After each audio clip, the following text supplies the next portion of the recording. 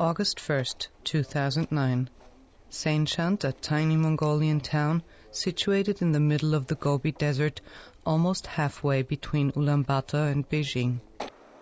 In the early morning, a small Austrian-Mongolian team sets out for a highly unusual mission, a treasure hunt, which will be transmitted live via the internet throughout the world.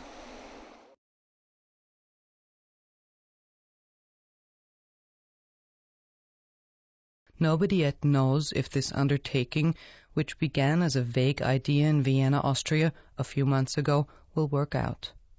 The path leads through almost impassable terrain. The day before saw heavy rainfalls. Some of the dirt tracks are still very muddy.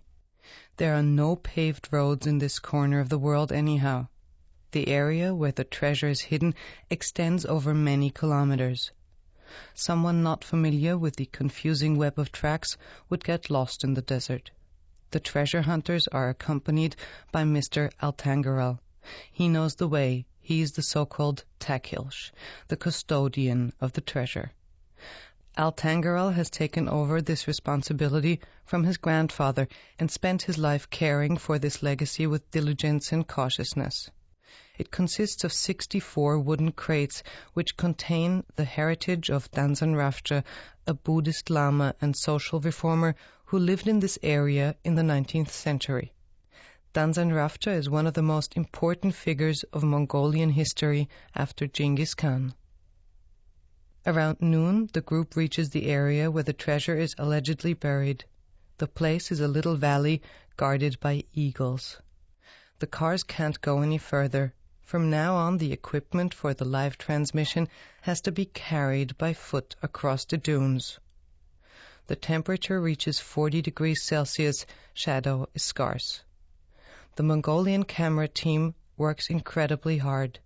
The setup for the transmission is finished after only 3 hours. Satellite uplink, video mixer, cables and cameras, all powered by a mobile diesel engine, are ready to go. The live transmission and the digging start at 6 p.m.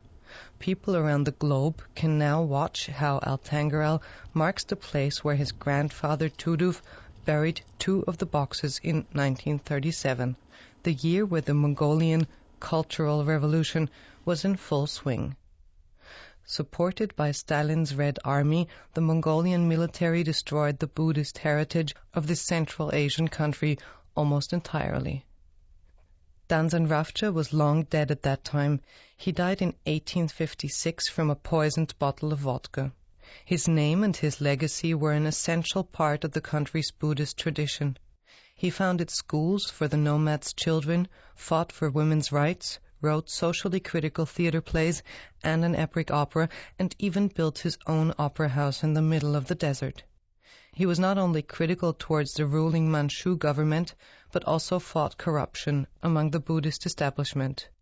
Tuduf was able to save 64 crates out of originally 1,500, which belonged to Danzan Ravcha. Shortly before 7 p.m., the 2 crates appear.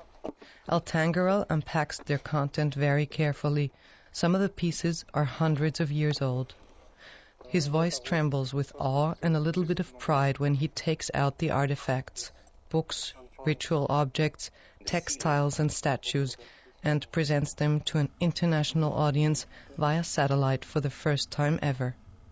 Tuduf, his grandfather, has risked his life for these relics and made Altangarel his confidant very early in his childhood. Would the communists have known of these activities, both would have gone to jail.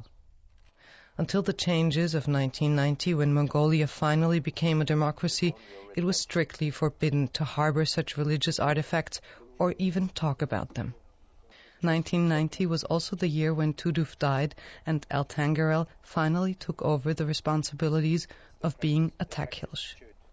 He started to unearth the boxes, built a museum for them in Sainchant, and began telling the world about this fascinating story. Michael Cohn, an American journalist living in Mongolia, wrote his book, Lama of the Gobi, about the history of Danzan Ravcha and the Takhilshes. This is how the Austrians got knowledge of the treasure tale. The 2 crates from the Gobi treasure hunt will soon be on display in the Danzanrafce Museum of St. Jant, but there are still 20 more lying in the desert and waiting for their secrets to be unveiled.